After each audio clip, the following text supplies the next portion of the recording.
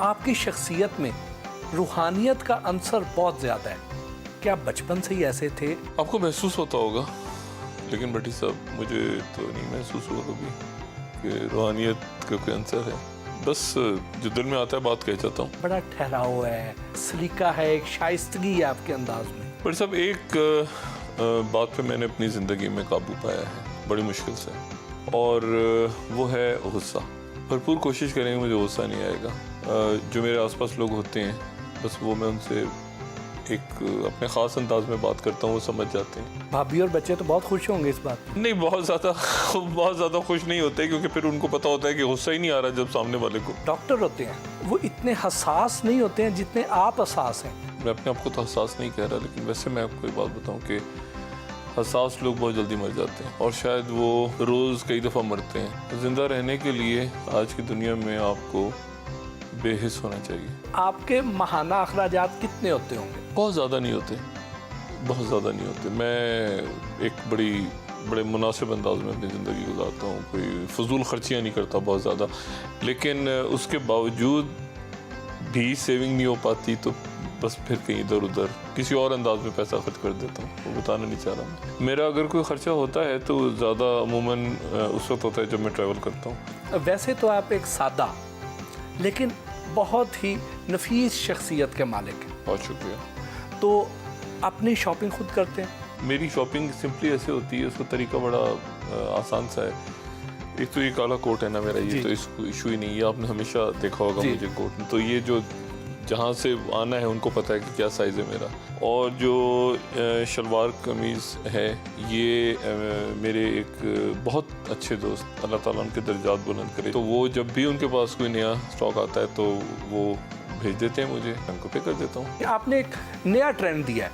आम तौर पे कुर्ते शलवार के साथ बल्कि कई बार कढ़ाई वाले कुर्ते आपके होते हैं, बड़े नफीस होते हैं, अपने कोट पहना होता है। आम तौर पे किसी टीवी शोज़ में ये नहीं पहने जाते। जब मैं एक चैनल में था तो हमारे एक ड्रेस कोड था।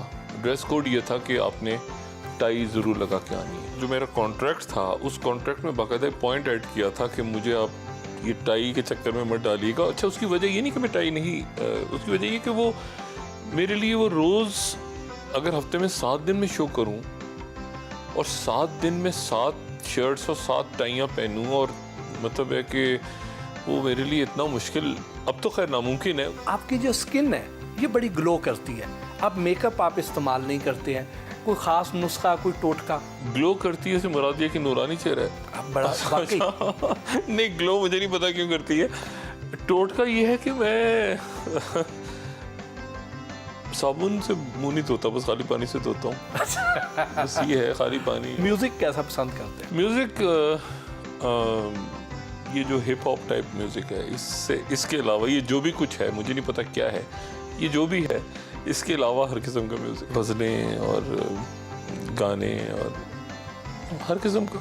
कौन सी गज़ल सबसे ज़्यादा पसंद है? अब मैं क्या आपको बताऊँ, गुलाम अली साहब की कौन सी गज़ल ऐसी है जो मैं कहूँ कि मुझे पसंद नहीं है, या मेहदी हसन साहब की, या हामिद अली खान साहब की, या फरीदा खानम की, या नुसरत फ़तेह अली साहब की। मतलब एक तवील मेरे पास जो है वो, जब मैं ट्रैवल कर रहा होता हूँ तो मेरे पास सुनता रहता हूँ। आपको ज़ाती तौर पे कौन सा कॉमेडियन सबसे ज़्यादा पसंद है? जो लेजेंड्स हैं, अब बेशुमार लोगों से तो दोस्ती भी है। उमर शरीफ तो भाइयों की तरह हैं। मैं उस टीवी पे उस वक्त काम कर रहा था, हेड भी कर रहा था उस चैनल को, तो एक आइडिया हमने डिस्कस किया और बहुत चला, और उसमें फिर मेरे दोस्त, अल्लाह ताला उनके दर्जात बुलंद करे, मोइन अख्तर साहब और अनवर मकसूद साहब का लूज टॉक शायद आपको याद हो। मैं हमेशा हैरान होता था कि मोइन अख्तर यार ये किस किस्म के तुम कितने रूप बदल के आते हो, और हर दफ़ा वो, और उसकी इतनी अच्छी केमिस्ट्री थी मोइन अख्तर साहब की अनवर मकसूद साहब के साथ, कि इस तरह मुझे लगता है कि शायद मोइन अख्तर साहब के जाने के बाद अनवर मकसूद साहब बहुत नज़र आते हैं, बहुत खूबसूरत बात करते हैं, अल्लाह ताला उन्हें सेहत दे, लेकिन शायद अनवर मकसूद साहब के जुमले वो मोइन अख्तर पे ही सजते थे। वो उनके बाद शायद और कोई करैक्टर ऐसा है नहीं जो मोइन अख्तर साहब को रिप्लेस कर सके। मोइन अख्तर और उमर शरीफ के साथ जो आपका टाइम गुजरा, कोई ऐसा वाक़या जो आज तक आपको भूला ना हो? ये मोइन अख्तर को तो लोग शायद समझ ही नहीं सके। मोइन अख्तर जो है वो इतना उस बंदे में डाउन टू अर्थ, तो मैं कहूँगा वो इतनी लोगों की खामोशी से हेल्प किया करते थे मोइन अख्तर। और मोइन अख्तर इतना वेल ड्रेस्ड आदमी था। अगर आप उनको टीवी पे देखें, उनके जो पुराने ड्रामे हैं, मतलब कमाल की उसकी ड्रेसिंग होती थी, यानी ड्रामों से हटके। वो जो आम जो उसने सूट पहना हुआ तो क्लास का सूट, और कभी उस बंदे ने, मैंने उसको कहीं शिकायत करते नहीं देखा किसी के साथ। टीवी पर खबरों और तबसरों के अलावा और क्या देखना पसंद करते हैं? मैं मूवीज़ देखता हूँ, ड्रामा या थ्रिलर या कोई इस तरह की मूवीज़ जो भी अच्छी आती हैं नई, मैं देखता हूँ। English movies. कौन से मुल्क में जाके रहना पसंद करते हैं? ट्रैवल करता रहता हूँ, लेकिन एक जगह ज़्यादा अरसे क़याम नहीं होता। 60-70 मुल्क तो घूम चुका हूँ। लेकिन वैसे अगर मुझसे पूछें कि कहाँ ज़्यादा मैं ट्रैवल करते हुए एंजॉय करता हूँ, तो यूरोप में। और यूरोप में मैं ट्रैवल करता हूँ तो मैं फिर ट्रेन से करता हूँ। किस किस्म की बुक्स पढ़ना पसंद करते हैं? नॉन फिक्शन में कोई पॉलिटिकल बुक्स आ जाएँ, कोई अच्छी कोई मिडल ईस्ट के ऊपर किताब नज़र आ जाए तो वो मैं ले लेता हूँ। कोई साइंस से रिलेटेड, कोई मैनेजमेंट से रिलेटेड, कोई इस तरह की बुक्स जो भी आती हैं बुक्स मेरे पास, फिर एक आता रहता है सिलसिला। महीने में कोई 8, 10, 15 बुक्स ऐड हो जाती हैं मेरी लाइब्रेरी में। किस किस्म के तज्जियों पर, तबसरों पर आपको खुद भी हंसी आती है? मैं टीवी कम देखता हूँ, तज्जिए कम सुनता हूँ। उसकी वजह ये है कि मैं इन्फ्लुएंस ना हो जाऊँ। मैं ख़बरें सिर्फ सुन लेता हूँ। किस सहाफ़ी के तबसरों पर आपको शदीद गुस्सा आ जाता है और टीवी बंद कर देते हैं? किस के आपको कहना चाहिए था? अच्छा नहीं, ये नाम मैं नहीं लूँगा। बड़ी तवील लिस्ट है। मतलब एकदम से आए, बैठे आके और शो किया, 3 गेस्ट बैठे, कौन किसको बिठाना है यार, जल्दी से करो और शो बस आपस में लड़ाई हो जाए तो बस तुम घर जाओ। तो मतलब ये जो है ना इस तरह का, ये मुझे तो नहीं समझ में आता कि ये क्या है। आप इमरान खान के खासे करीब रहे हैं, कोई उनकी कोई ऐसी बात जिसे आम तौर पे लोग ना जानते हो? इमरान खान साहब को अगर आप कभी दावत दें तो आप उन्हें ऐसी जगह लेके जाएं जहाँ पे बुफे लगाओ, क्योंकि इमरान खान साहब खाना बहुत खाते हैं, खुश खुराक हैं, और उसके बाद वो एक्सरसाइज करते हैं अपनी, मतलब कैलोरीज को बर्न करते हैं। ये बात उनकी बड़ी मुझे बड़ी मुतासिर करती है। आपको खाने में क्या अच्छा लगता है? असल में बहुत सारी चीज़ें हैं।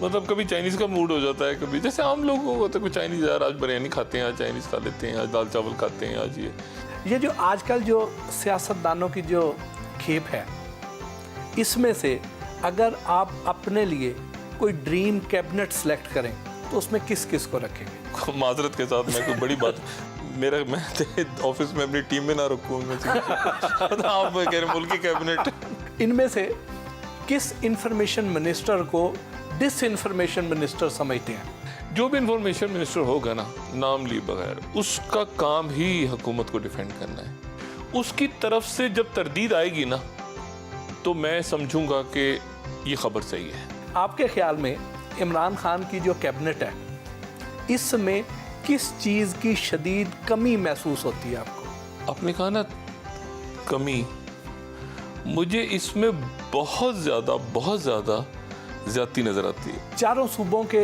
जो चीफ मिनिस्टर्स हैं, इनकी अगर आप रैंकिंग करें तो पहले, दूसरे, तीसरे और चौथे नंबर पे किसको रखेंगे? एक ही सफ में, आगे लोग समझदार। आपके ख्याल में इनमें से किस सियासतदान को सियासत की बजाय किसी और प्रोफेशन में होना चाहिए था? फिरदौस आशिक अवान। ये सियासत में जी। मरियम औरंगजेब। चिल्ला काटना चाहिए कुछ अरसे के लिए, खामोशी का नहीं होता। मरियम नवाज शरीफ। आईटी की तरफ चली जाए, ट्विटर और सोशल मीडिया और ये। अगर आपको एक दिन के लिए प्राइम मिनिस्टर बनाया जाए तो आप पाकिस्तान के कौन से 3 ऐसे मसले हमेशा के लिए ख़त्म कर देंगे?